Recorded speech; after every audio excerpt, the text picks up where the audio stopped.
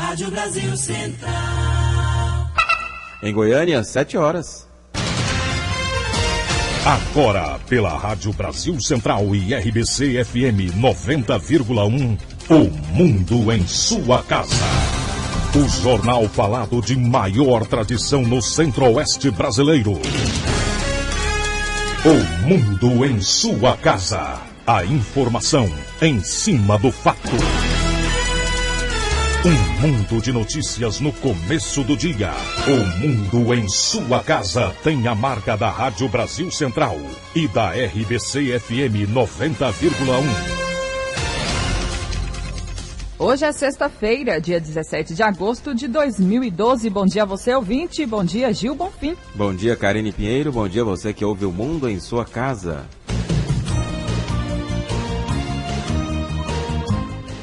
O Mundo em Sua Casa traz hoje os seguintes assuntos.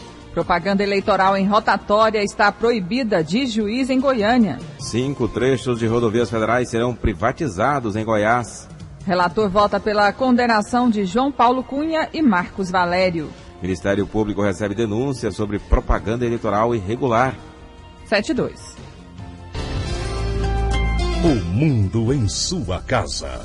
Tempo e temperatura. A previsão do tempo para hoje em Goiânia é de céu claro a parcialmente nublado com névoa seca. A temperatura máxima atinge os 30 graus. A umidade relativa do ar fica entre 75% e 25%. Neste momento, os termômetros marcam 16 graus em Goiânia. O Mundo em Sua Casa. Manchetes dos jornais brasileiros. O Globo, a hora do mensalão, o primeiro voto. Relator pede condenação de Valério e João Paulo. Folha de São Paulo, mensalão, o julgamento. Relator declara culpados por corrupção Valério e João Paulo. O Estado de São Paulo, relator vota pela condenação de João Paulo e Marcos Valério. Correio Brasiliense, governo abre cofre em dia de caos aéreo. Valor econômico, economia dá primeiros sinais de recuperação. Estado de Minas, a batalha dos salários. Levantamento aponta profissões que tiveram aumento acima da inflação. Jornal do Comércio, voto pela condenação de 4 no mensalão. 0 hora, a hora da decisão. Relator pede condenação de Valério e deputado. Brasil Econômico, estados têm mais 42 bilhões de reais para investir em infraestrutura. O Popular, foco no vestibular, afeta a qualidade de ensino privado. Diário da Manhã, indústria da multa na AMT. 7-3. O Mundo em Sua Casa. A política em Goiás. A Justiça Eleitoral em Goiânia encaminhou um ofício às coligações partidárias sobre a proibição de colocar cavaletes com propaganda eleitoral nas rotatórias da capital ou em pontos que comprometam a visibilidade do trânsito.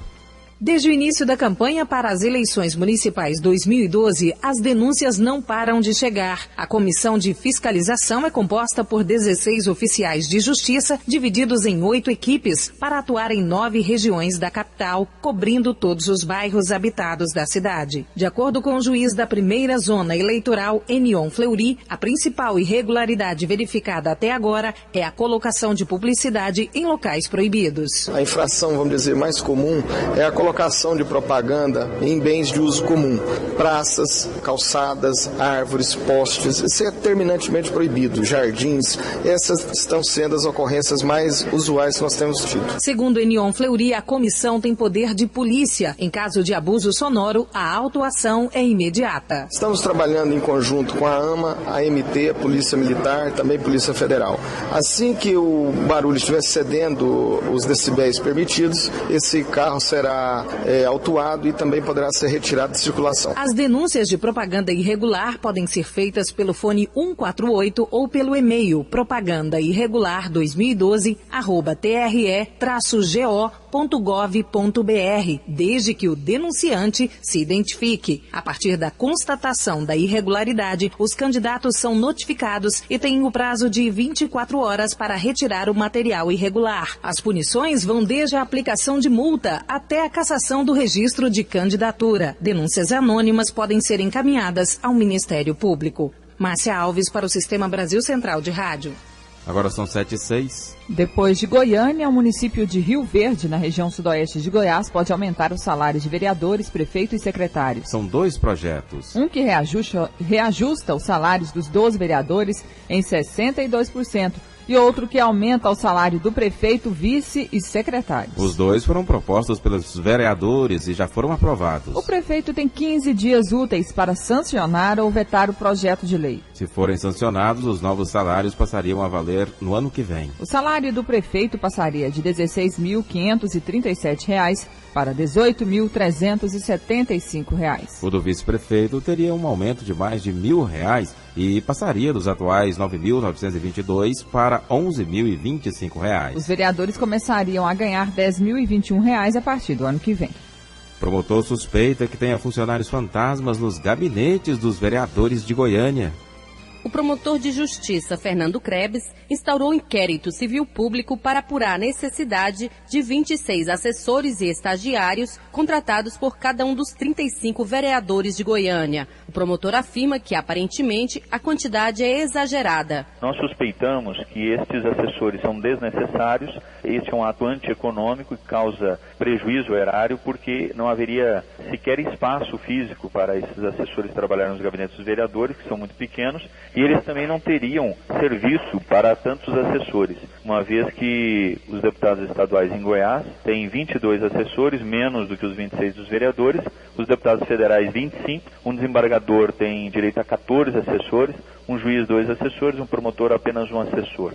Portanto, haveria uma desproporção entre o número de assessores e as atribuições de um vereador. Portanto, estaria ocorrendo um desperdício de dinheiro público. O promotor Fernando Krebs requisitou à Câmara Municipal diversas informações para verificar se existem ilegalidades no Legislativo Municipal. Já requisitamos do presidente da Câmara Municipal a relação de todos os funcionários, os seus cargos, os seus vencimentos, aonde estão lotados, o que eles fazem, e suspeitamos também que hajam servidores fantasmas e que outros tantos sejam utilizados apenas como meros cabos eleitorais. Concluída a apuração, nós vamos tomar providências administrativas ou judiciais cabíveis. A partir da data de requisição das informações pelo Ministério Público, a Câmara Municipal tem 10 dias úteis para dar uma resposta. Patrícia Almeida para o Sistema Brasil Central de Rádio. 7-8. CPI da Assembleia Legislativa quebra sigilos da Delta e houve o depoimento do coronel da PM, Sérgio Katayama.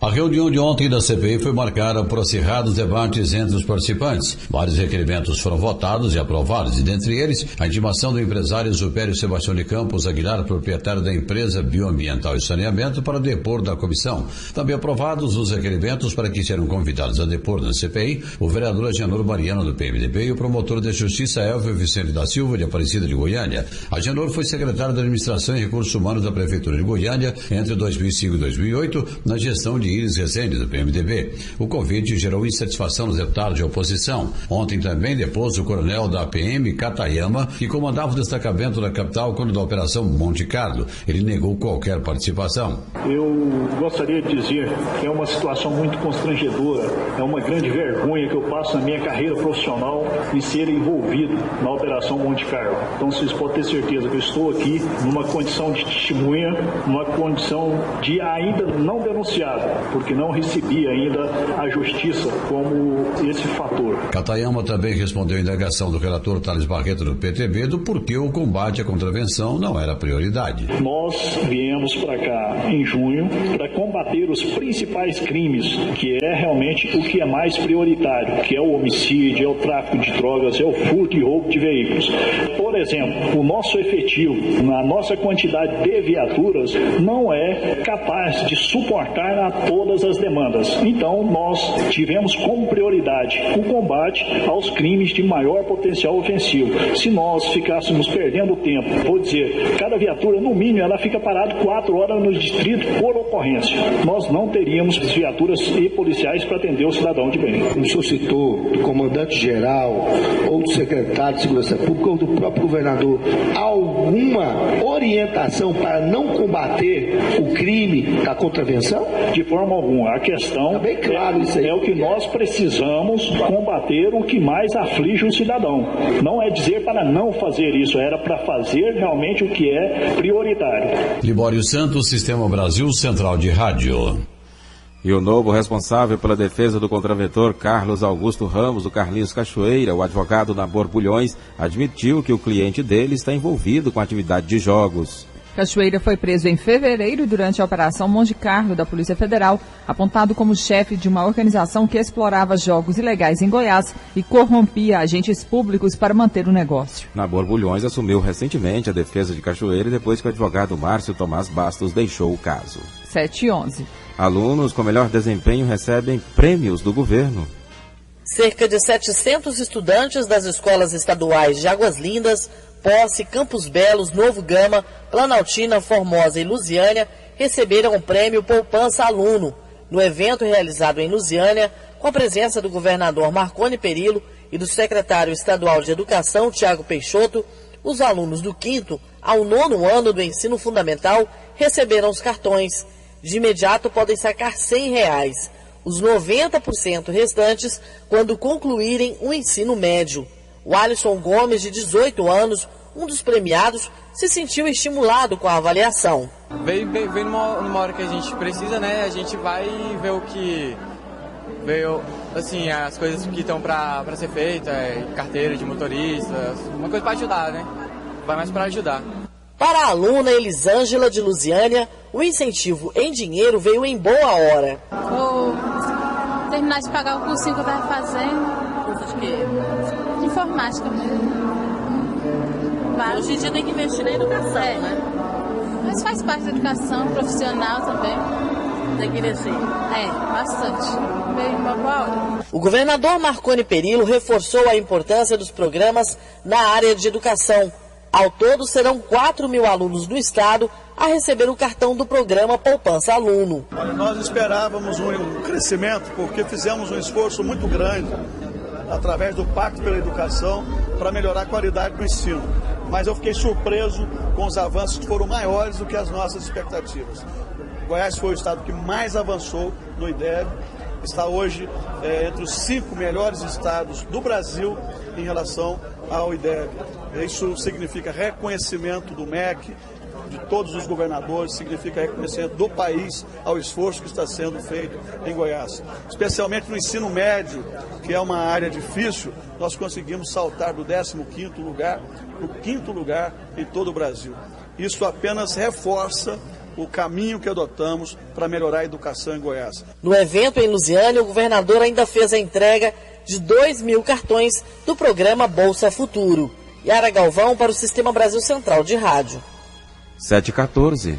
O mundo em sua casa.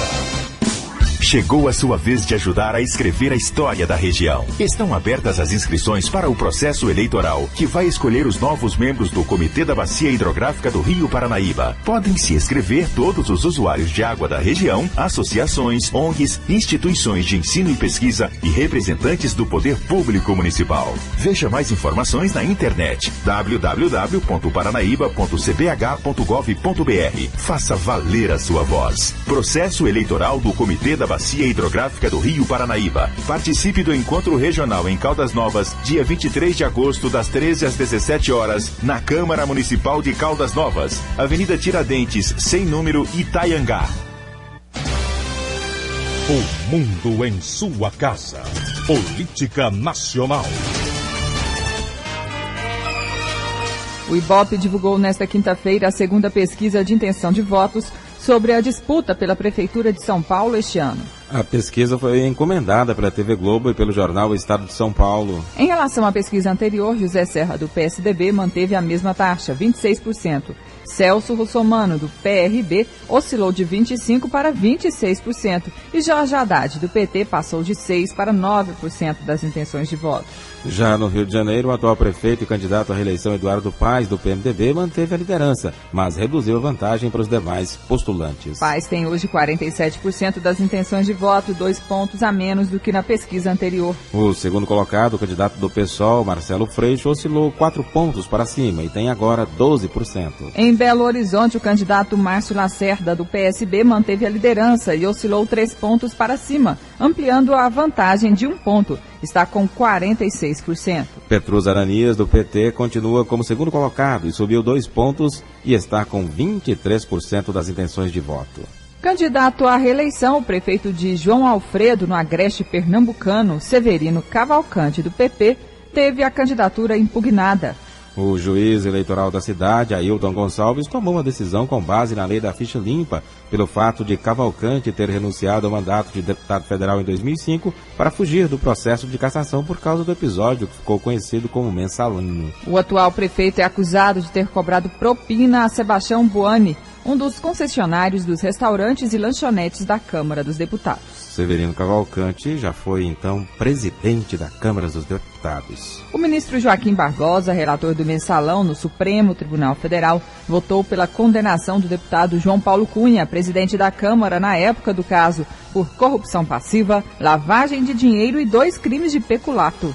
Barbosa também considerou Marcos Valério e seus ex-sócios Ramon Hollenbach e Cristiano Paz culpados de corrupção e peculato.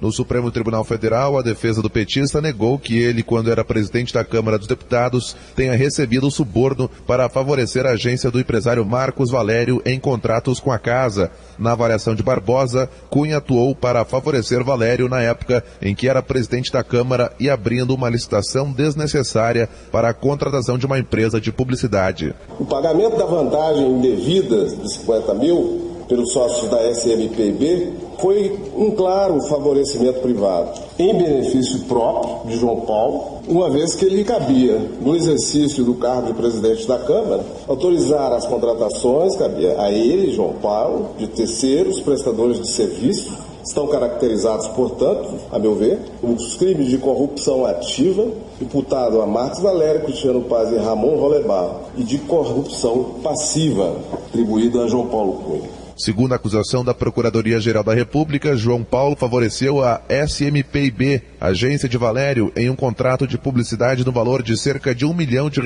mas os serviços não foram prestados pela agência, que teria terceirizado 99% da execução dos trabalhos. O Supremo Tribunal Federal decidiu que cada ministro pode definir sua metodologia de voto sobre o mensalão, mas antes da decisão, os ministros discutiram sobre a ordem de votação. Joaquim Barbosa defendeu que os votos sejam declarados por partes, de acordo com núcleos estabelecidos pelo Ministério Público. Já Ricardo Lewandowski contrariou a manifestação do colega à proposta e iniciou uma discussão. A denúncia se divide em 8 itens diferentes. Eu vou votar item por item. Quando Vossa Excelência terminar os itens, eu passarei o meu voto. É uma forma, a meu ver, mais racional. Não, ótimo, parabenizo Vossa Excelência. A ideia de um relator votar 1.200 páginas e depois o revisor votar 1.200 páginas, a meu ver, significa aposta no caos.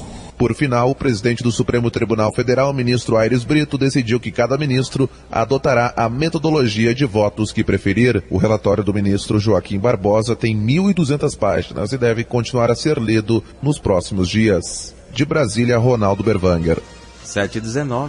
Cientista político afirma que o julgamento do mensalão pode resultar no resgate da ética e lisura política no Brasil.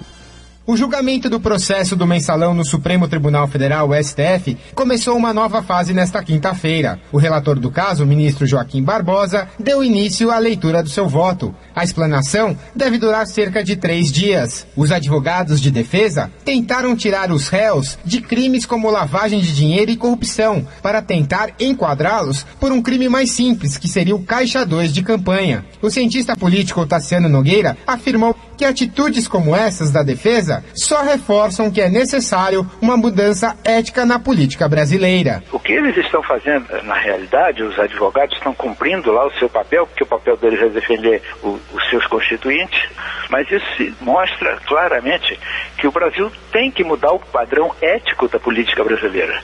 O mensalão é o melhor exemplo disso.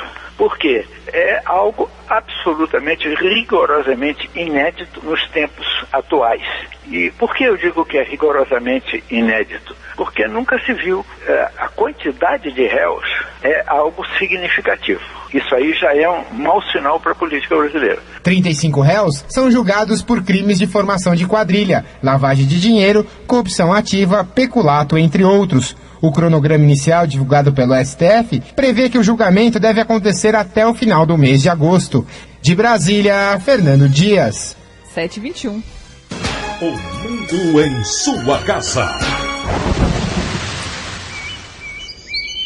Mesmo quando não está chovendo, o mosquito da dengue continua transmitindo a doença. Então faça chuva ou faça sol, o combate não pode parar. Toda semana tire 10 minutos para fazer a sua parte. Elimine a água parada, deixe caixa d'água bem tampada e nada de garrafas ou pneus dando sopa para o mosquito.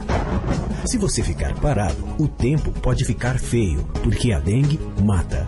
Secretaria de Saúde, SUS e Governo de Goiás.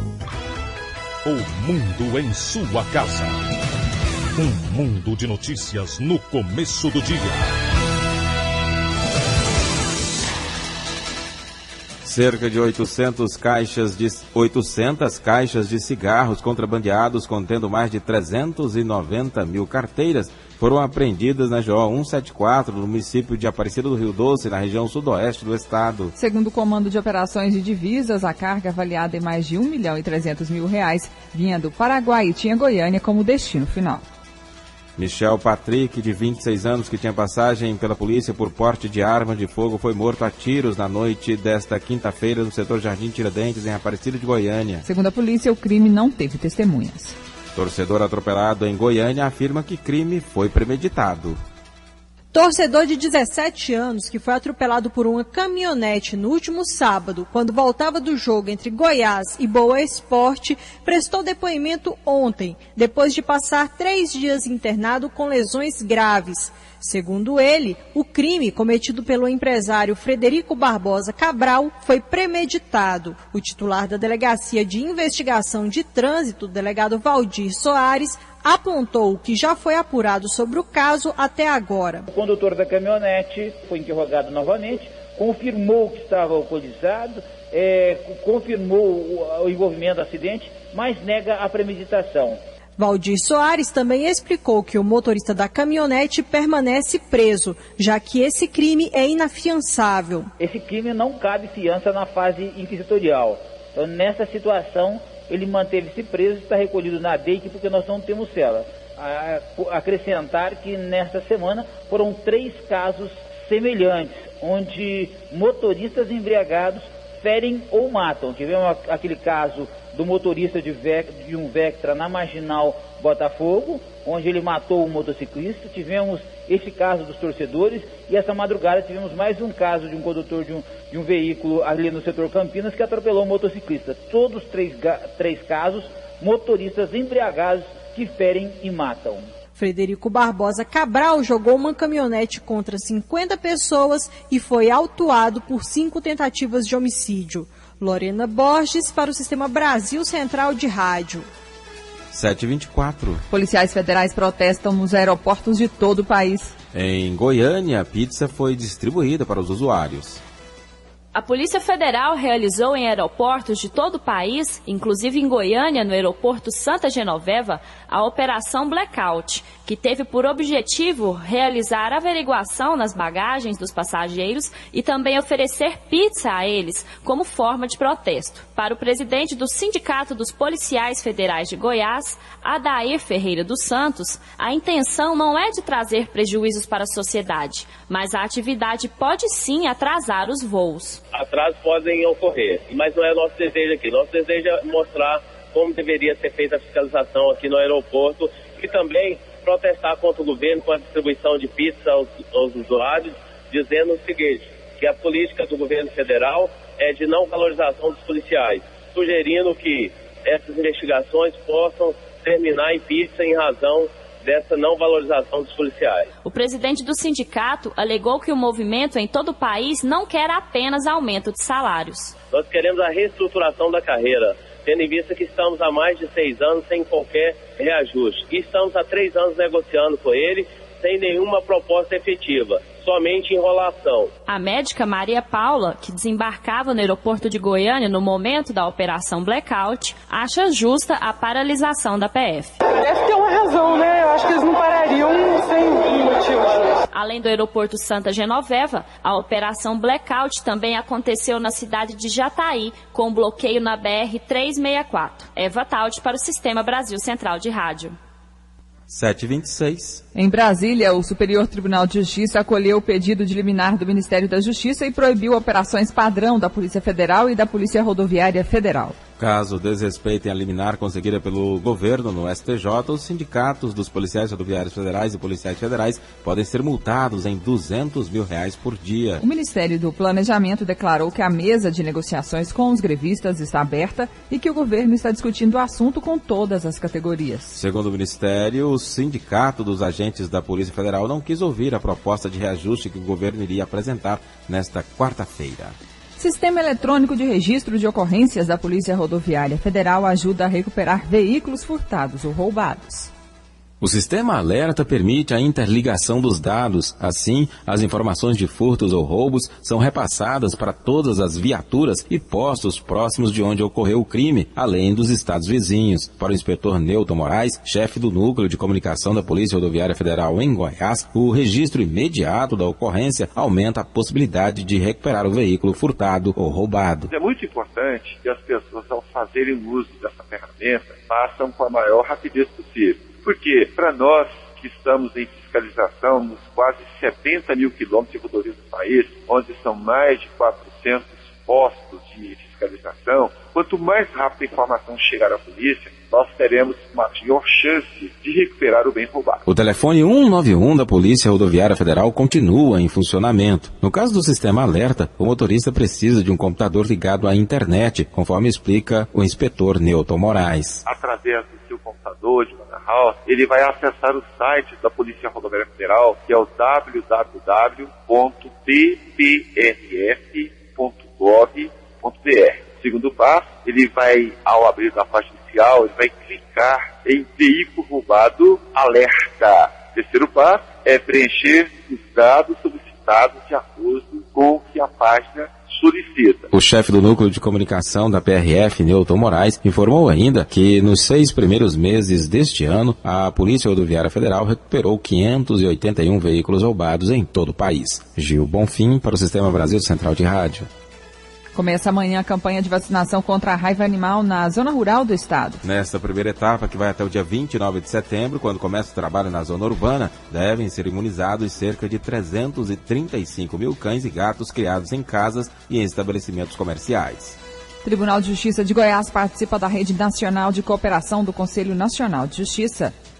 Agilizar processos e promover um melhor atendimento à população é o propósito da Rede Nacional de Cooperação Judiciária.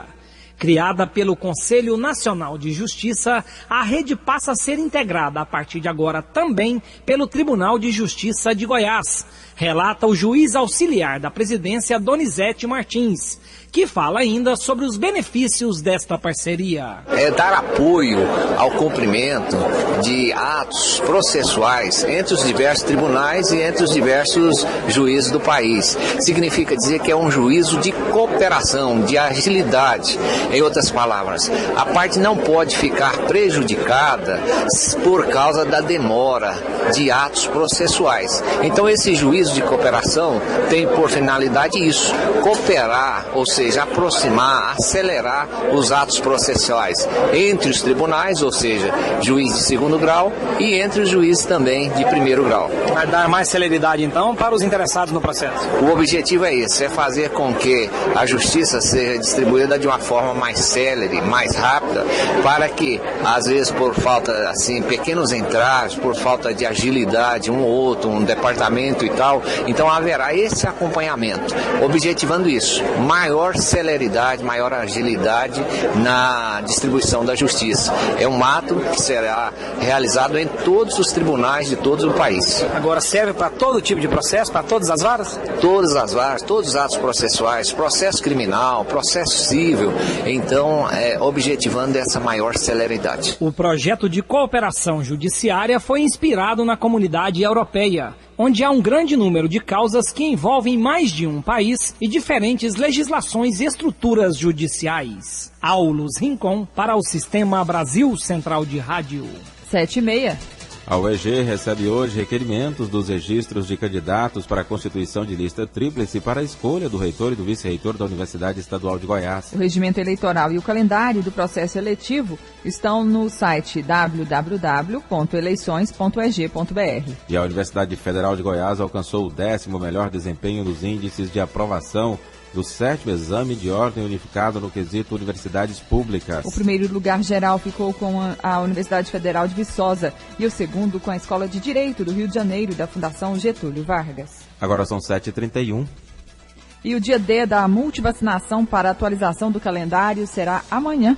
A estratégia visa diminuir o risco de transmissão de enfermidades imunopreveníveis e ainda reduzir as taxas de abandono no esquema vacinal. Neste sábado, a situação vacinal de todas as crianças menores de 5 anos de idade deverá ser avaliada para a atualização da caderneta de saúde. Para falar mais sobre o dia D de multivacinação, vamos conversar agora com a gerente de imunização da Secretaria Estadual de Saúde, Clécia Weck. Bom dia.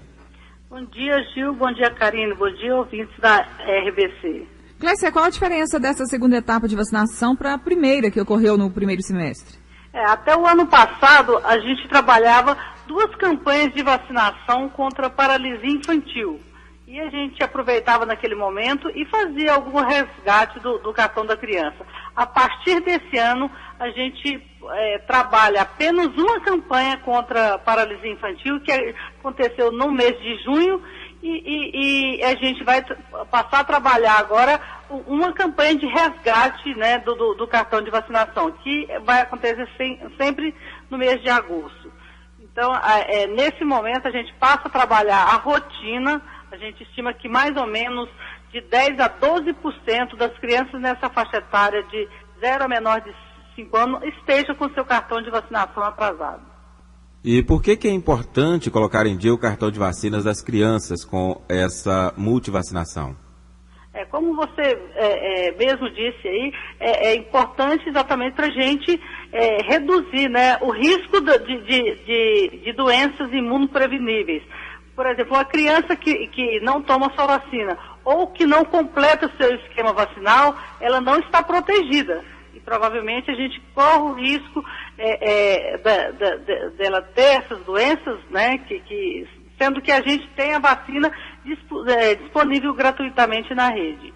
Então é um momento das mães levarem seus filhos, levar o cartão de vacinação, e a gente aproveita para resgatar as vacinas, as crianças ainda não vacinadas, ou atualizar o cartão daquelas que estão com o esquema atrasado.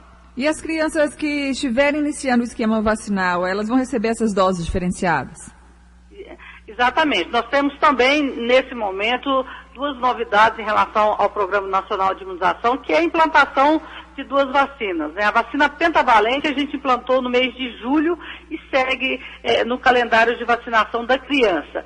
E nesse momento, aproveitando a campanha de vacinação, né, de multivacinação, a gente está também introduzindo no calendário de vacinação da criança a vacina inativada polio. Ou seja, a criança, a orientação da OMS, que aqueles países que não têm mais casos, como é o caso do Brasil há 23 anos, né, nós não temos de paralisia, que a gente faça um esquema sequencial, ou seja, introduz a vacina inativada com 2 doses, as primeiras 2 doses para a criança, e depois a gente segue com 2 vacinas oral contra pólio, que é a que a gente usa, que é a gotinha, né? E a gente mantém uma campanha de vacinação.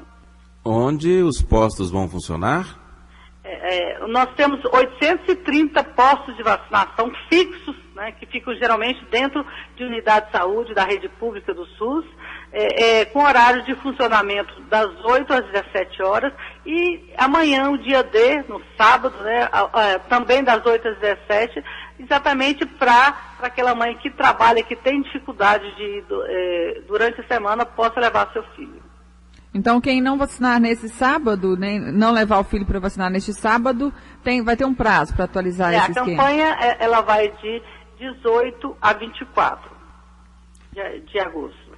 Clécia Weck, gerente de imunização da Secretaria Estadual de Saúde, obrigado pela entrevista aqui ao Mundo em Sua Casa. Um bom dia. Bom dia e muito obrigada pela oportunidade. Clécia Vec falando sobre o dia D de multivacinação para atualização do calendário, que vai ser amanhã. Secretaria de Ciência e Tecnologia inaugura sala de monitoramento de riscos e desastres naturais. O governador Marconi Perillo inaugurou a sala de situação para monitoramento de riscos e desastres naturais, que funciona na Secretaria de Ciência e Tecnologia. De acordo com Rosidalva Lopes, superintendente da Sectec, a nova estrutura vai monitorar a ocorrência de queimadas, enchentes, rajadas de vento e outros fenômenos da natureza que possam provocar danos às edificações e atividades econômicas do Estado. Quando você fala em previsão de tempo é uma coisa, e previsão de clima é outra. Com a entrada e a inauguração dessa sala, desse painel digital e o acesso integrado com todos os outros parceiros, eles vão ter em mãos, em tempo real, todas as informações necessárias para poder desenvolver os seus trabalhos. Ela destaca ainda que o sistema abrange outros estados do Brasil. Foi dado à usina hidrelétrica do consórcio Estreito, no Maranhão, no caso de Imperatriz. O alerta saiu daqui na quinta-feira, informando a usina hidrelétrica que falasse com a Defesa Civil local e que retirasse as pessoas da área de risco, porque as comportas iam ser abertas devido à quantidade de chuva e o nível que o rio Tocantins estava chegando. Então tudo isso saiu daqui na quinta-feira. Na sexta-feira eles lançaram o alerta, mas a Defesa Civil do Maranhão não tomou sua devida providência e ocasionou aquele estrago que todos viram na mídia. O secretário de Ciência e Tecnologia, Mauro Fayad, explica que a central é a primeira do Brasil e possui equipamentos de última geração. O investimento foi de quase 3 milhões de reais, feito pelo governo do estado em parceria com o governo federal. São equipamentos de última geração. Agora, não basta ter informações, é preciso compartilhar essas informações com a sociedade. Nós estamos online, ligados permanentemente com a Defesa Civil, com os órgãos ligados ao setor agropecuário, para repassar as informações, para que as pessoas possam se adequar a possíveis desastres naturais, bem como os agricultores possam preparar a melhorar a época do seu plantio. O novo sistema vai modificar a forma como é feita a previsão do tempo em Goiânia. A medição, a partir de agora, será feita por regiões. Paulo Henrique Santos, para o Sistema Brasil Central de Rádio.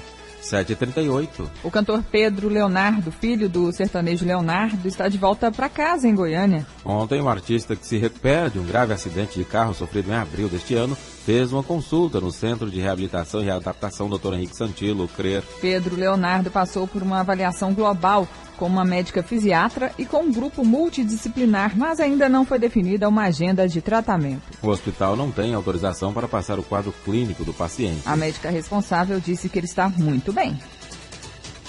A ouvidoria da Secretaria Estadual de Saúde já atendeu mais de 1.000 demandas este ano.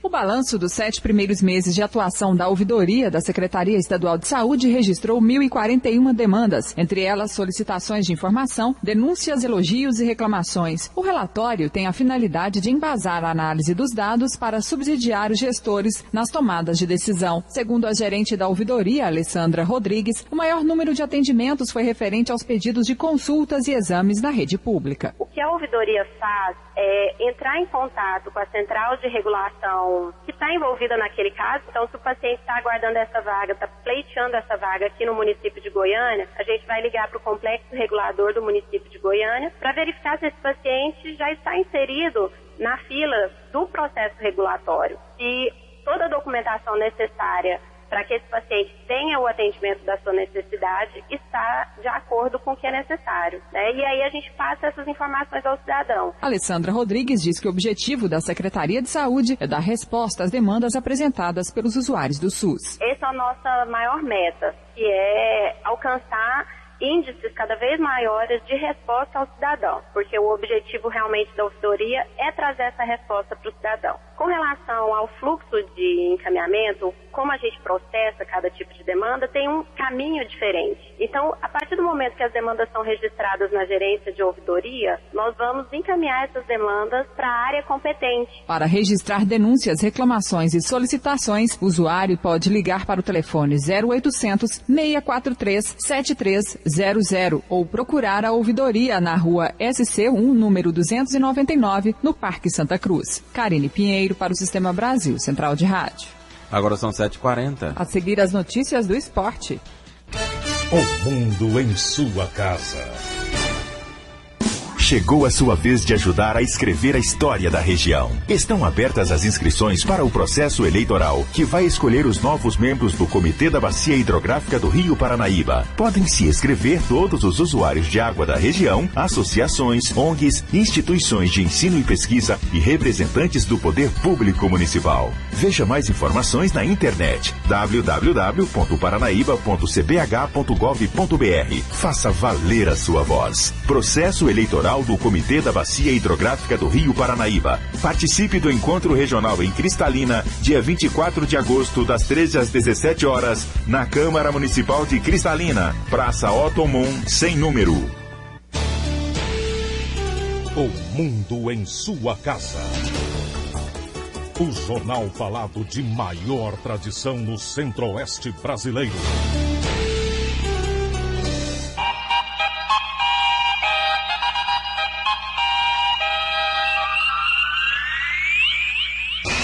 O mundo em sua casa. Esporte.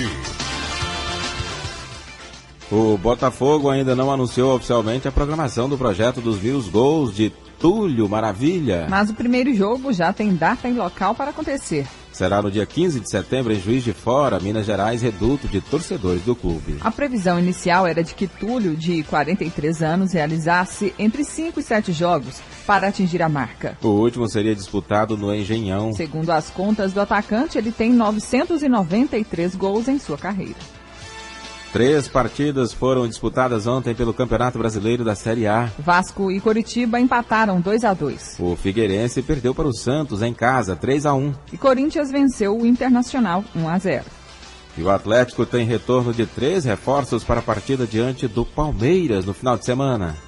Depois de enfrentar o líder do Campeonato Brasileiro, o Atlético volta a campo domingo contra o Palmeiras, 6h30 da noite, no estádio Serra Dourada. E a diretoria decidiu manter os preços dos ingressos. R$40 a arquibancada, R$60 a cadeira. Torcedor com a camisa do Atlético paga meia entrada. Hoje à tarde, o técnico Jair Araújo começa a definição desse time do Atlético para tentar vencer depois de 3 partidas seguidas, 3 empates seguidos neste Campeonato Brasileiro. Jair Araújo contará com retornos do lateral esquerdo Heron pela esquerda e a expectativa de volta de Wesley e Ricardo Bueno para ajudar o Atlético em busca dessa vitória. Eric Maravilha para o Sistema Brasil Central de Rádio. 7h43. Goiás afasta lateral Bruno Colasso. O departamento de futebol do clube garante que ele não veste mais a camisa esmeraldina. Começa nesta sexta-feira a venda de ingressos para o jogo de amanhã, 4h20, Serra Dourada, diante do São Caetano. Confronto direto do Goiás na luta por uma vaga para a primeira divisão do futebol brasileiro. O volante Thiago Mendes treinou normalmente ontem à tarde e volta à equipe para o jogo de amanhã. O lateral esquerdo Egídio está em tratamento intensivo, mas somente depois do treinamento nesta sexta-feira, será realizado daqui a pouco no CT, o departamento médico vai se posicionar sobre o jogador. Bruno Colasso, lateral esquerdo, que se recusou a viajar para Barueri, onde o Goiás perdeu terça-feira por 2-0, não joga mais pelo Goiás. O jogador está treinando separadamente até a diretoria definir a situação. Mas, segundo João Bosco Luz, presidente do Goiás, Bruno Colasso não veste mais a camisa do clube. Vinícius Silva para o Sistema Brasil Central de Rádio. Em busca da primeira vitória fora de casa, na Série C, o Vila Nova viaja para o Rio de Janeiro praticamente definido. O Vila Nova volta a entrar em campo no próximo sábado pela Série C do Campeonato Brasileiro, mais uma partida fora de casa, em Macaé, interior do Rio de Janeiro, contra o Macaé. A preparação do Vila será encerrada hoje pela manhã no Anésio Brasileiro Alvarenga. Depois do treino, os jogadores já viajam com destino ao interior carioca. O técnico Jorge Saranque já tem o time praticamente definido para o compromisso do próximo sábado. O time deverá ser inclusive o mesmo que iniciou a partida do último fim de semana contra o time do Madureira. Acabou goleando no domingo no estádio Serra Dourada por 5-1. Júlio César no gol, Nego na lateral direita, César Gaúcho e Rafael Vaz no miolo de zaga, na lateral esquerda Reivan. O meio-campo com Ederson, Ricardinho, Jorginho e Rafael Carioca. No ataque, Pedro Júnior e Gilcimar. Este deve ser o Vila para tentar a primeira vitória fora de casa nesta Série C do Campeonato Brasileiro. Paulo Massad tarde para o Sistema Brasil Central de Rádio. 7h45. Essas foram as notícias do esporte. O mundo em sua casa. Se a sua empresa busca reconhecimento, anuncie em uma emissora de credibilidade. Rádio Brasil Central 1270, AM, ondas curtas e tropicais. A certeza de resultado. Qualidade com alcance em todo o território nacional. Ligue 3201-7686. Rádio Brasil Central, comunicando com o mundo. O mundo em sua casa. A informação em cima do fato. O pacote para privatização de estradas e ferrovias anunciado pelo governo federal inclui 5 trechos de rodovias que cortam Goiás. Com a privatização serão instalados pedágios. Eles estão previstos para o trecho de Itumbiara a Goiânia, na BR-153, e na mesma via de Goiânia a Anápolis, até a divisa com o estado do Tocantins. Já na BR-060, a via terá cobrança para tráfego entre Anápolis e Brasília. Na BR-040, de Brasília a Lusiânia, e na BR-050, de Cristalina a Catalão. Plano de Ação Integrada de Desenvolvimento lançado na semana passada vai beneficiar a UEG com mais de 120 milhões de reais. Com 42 unidades em Goiás, quase 20 mil alunos divididos em 137 cursos de graduação e 4 de mestrados, a Universidade Estadual de Goiás, UEG, receberá, nos próximos 2 anos, investimento de mais de 120 milhões de reais. O montante, que chegará através do Plano de Ação Integrada de Desenvolvimento, promoverá, segundo o reitor da UEG, professor Haroldo Reimer, uma profunda transformação na universidade. Previsão de quase 128 milhões que virão num programa de desenvolvimento da UEG.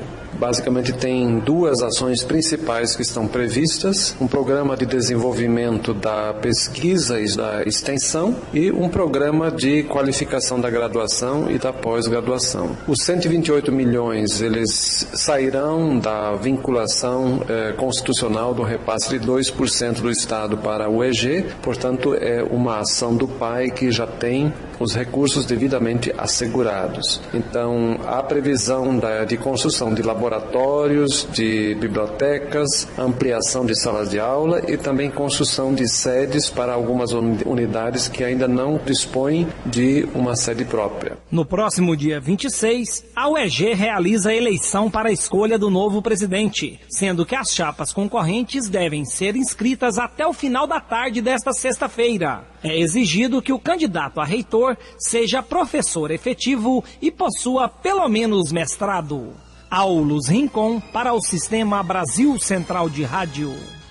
7h49. Participação ao vivo sobre o plantão da polícia nas rodovias que cortam Goiás, com Libório Santos. Bom dia. Muito bom dia ouvintes da Brasil Central, e mais uma vez nós chamamos a atenção aqui para o grande índice de motociclistas envolvidos em acidentes graves. Nas últimas 24 horas foram 24 acidentes, 11 feridos e 3 mortos, os acidentes mais graves. Colisão com choque com guarda-reio na BR-153, quilômetro 500, bem próximo ao estádio Serra Dourada, foi hoje na madrugada. Moto placa CFJ 0148 de Goiânia, o condutor Bruno Sérgio Xandeco dos Passos, 24 anos, fatal. Colisão traseira BR-452, quilômetro 41 em Rio Verde, Ford Cargo, placa JIL 0252 de Brasília, Gerson Espíndola Carvalho, 25 anos, fatal. O outro veículo, um caminhão, placa IMH 2888 do Rio Grande do Sul, o condutor saiu ileso. Avalvamento na GO 319 entre Aparecida de Goiânia e Nova Fátima. Fiat placa KDB 5143 de Goiânia, a condutora Auricélia Almeida Moraes saiu ilesa. Segundo veículo, moto placa JJS 4784 de Brasília, o condutor Flávio Bonfim Diniz, vítima fatal. Libório Santos, Sistema Brasil Central de Rádio. O mundo em sua casa. Um mundo de notícias no começo do dia. 7h50. Primeiro congresso do setor sucroalcooleiro discute sustentabilidade na cadeia produtiva da cana. A cadeia produtiva da cana, o papel de Goiás no cenário brasileiro, entre outros temas, estão sendo discutidos no primeiro congresso do setor sucro-alcooleiro do Brasil Central, o Canacentro 2012, que acontece até hoje na sede da FAEG. O principal foco do evento será a discussão da sustentabilidade no setor, abrangendo toda a cadeia produtiva, desde o fornecedor até a indústria, sem deixar de lado a ponta final da cadeia, que é o consumidor. De acordo com André Rocha, presidente do Sindicato das Indústrias Fabricantes de Etanol e Açúcar do Estado de Goiás, outro tema que está sendo debatido é a crise do setor, que precisa com urgência de um marco regulatório. O Brasil hoje tem uma necessidade de ter mais 120 usinas novas para poder atender a demanda de combustíveis em 2020. A maior parte dessas unidades seria construídas no centro-oeste brasileiro, sobretudo em Goiás. Então, a falta dessa política tem inibido esse investimento. Então, nós podemos falar que mais ou menos no país deixaram de ser construídos em torno de 50, um número entre 50 a 100 projetos. E temos condições de construir os 120, desde que seja dada um marco regulatório que dê clareza, transparência e que o investidor possa ver que haverá rentabilidade, sustentabilidade econômica no seu negócio. Goiás é o segundo maior produtor de etanol do país, atrás apenas de São Paulo. São 3 bilhões de litros do combustível por ano. Paulo Henrique Santos, para o Sistema Brasil Central de Rádio. 7h52. IBGE aponta aumento nas vendas do comércio em junho. A alta foi de 1,5% em junho, na comparação com o mês anterior, segundo a pesquisa do IBGE. O presidente da Federação do Comércio de Goiás, José Evaristo Santos, avalia os motivos do aumento. É importante frisar que o mês de junho nós temos os resultados da venda do Dia das Mães, em maio, e Dia dos Namorados também. São 2 meses que, com promoção muito boas, que são em segundo ou terceiro lugar no ranking das promoções. Então, isso ajuda a elevar o faturamento. Outro fator é que Goiânia, entre as capitais brasileiras, este ano, desde o ano passado, é a capital com o menor nível de endividamento das famílias. Entre as atividades pesquisadas pelo IBGE, todas tiveram resultados positivos, menos a de vendas de equipamentos e material para escritório, informática e comunicação, com queda de 8,9%. De acordo com o presidente da Federação do Comércio de Goiás, José Evaristo Santos, nos próximos meses, o crescimento do comércio deve ser moderado. Em julho não temos nenhuma promoção especial, nem em agosto, Dia dos Pais, que é uma promoção pequena resultado, e também em setembro. Então a gente passa por um trimestre que, não tendo promoções de vulto, como aconteceu em junho e julho, certamente o crescimento vai ser moderado. As vendas de hipermercados, supermercados, produtos alimentícios, bebidas e fumo foram responsáveis pela maior contribuição na taxa do varejo. Patrícia Almeida, para o Sistema Brasil Central de Rádio. 7h53. Goiás gera empregos acima da média nacional. Dados divulgados ontem pelo Cadastro Geral de Empregados e Desempregados do Ministério do Trabalho e Emprego mostram que Goiás gerou 3.992 postos de trabalho formal durante o mês de julho. Os setores de atividade que mais contribuíram para essa expansão foram a indústria de transformação, serviços e serviços industriais de utilidade pública. O superintendente regional do Trabalho e Emprego em Goiás, Eberson Alcântara, explicou a que se deve esse resultado. É que Goiás, em razão de vários fatores, tem mantido um crescimento da geração de empregos em relação a outros estados do Brasil, sempre entre os primeiros estados na geração de empregos. Então a gente pode observar que, apesar de toda a crise internacional, de tudo que tem ocorrido, certo, o Brasil e o estado de Goiás está gerando novos postos de trabalho. Ou seja, o que nós estamos avaliando é, enquanto outros países e alguns outros estados brasileiros estão tendo mais demissão do que admissão, o estado de Goiás, mas também o Brasil como um todo, está tendo geração positiva de empregos.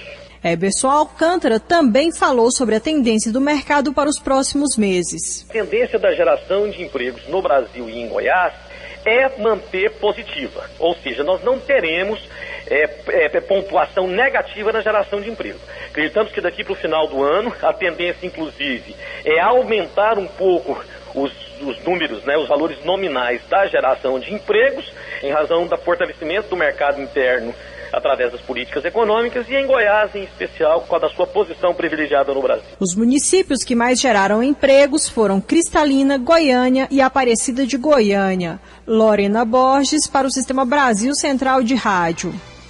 7h56. Governo do Estado lança Plano Safra 2012-2013 para a agricultura familiar.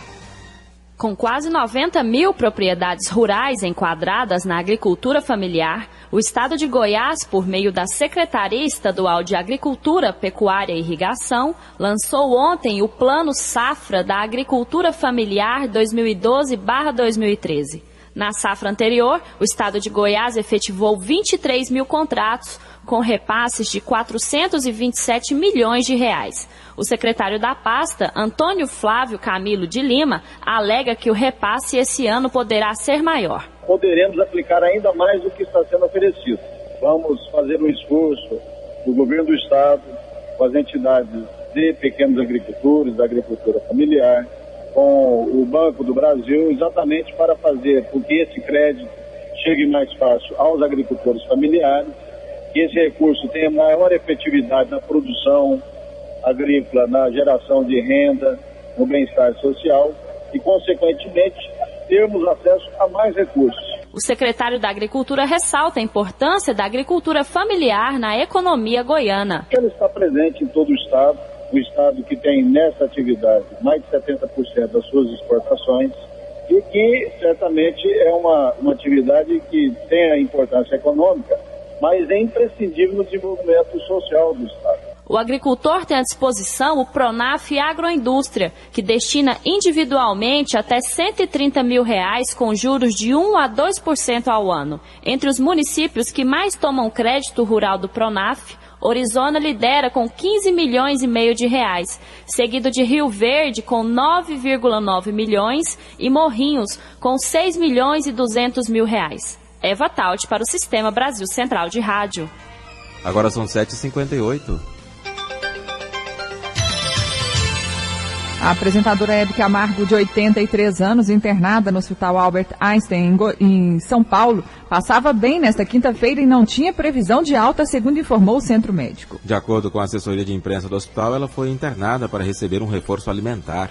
A Justiça de Itapecerica da Serra, na Grande São Paulo, condenou a 22 anos de prisão em regime fechado Elcídio de Oliveira Brito, acusado de participar do sequestro e morte do ex-prefeito de Santo André, Celso Daniel, em janeiro de 2002. Ele é o quinto condenado pelo assassinato do ex-prefeito. Representantes de ministérios públicos do mundo inteiro estão reunidos no Rio de Janeiro. É o primeiro congresso internacional organizado pelo Ministério Público Brasileiro. O objetivo do congresso é reunir em 2 dias cerca de 600 promotores e procuradores, discutindo questões extremamente importantes, como o combate ao crime organizado, o combate à lavagem de dinheiro e o controle externo da atividade policial. Integrantes de ministérios públicos de Portugal, França, Espanha, Itália e também dos Estados Unidos e da Argentina participam do encontro. Nesta sexta vai ser assinado um termo de cooperação entre o Ministério Público Brasileiro e a Rede Judiciária Europeia.